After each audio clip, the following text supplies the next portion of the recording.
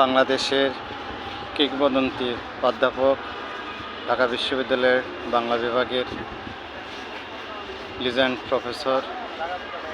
Professor Abul Kashem Fazlul হক sir Mirza Ashrafuddin Haider জীবন ও কর্ম বইটির অনুভূতি লিখছেন।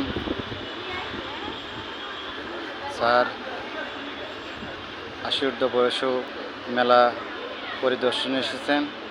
তিনি বাংলা একাডেমির প্যাভিলিয়ন ৩ মন্দির গেটে এখানে উনি বসছেন এবং বইটি পড়ে তার মন্তব্য লিখছেন।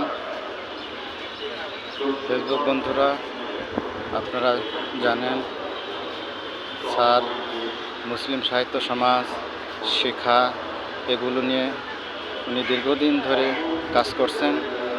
আমাদের যে বুদ্ধির মুক্তি আন্দোলন এগুলোর সঙ্গে উনি দীর্ঘ 50 বছর ধরে উনি অধ্যাপনার সঙ্গে যুক্ত। স্যার এই মুহূর্তে বাংলা একাডেমির সভাপতির দায়িত্ব পালন করছেন।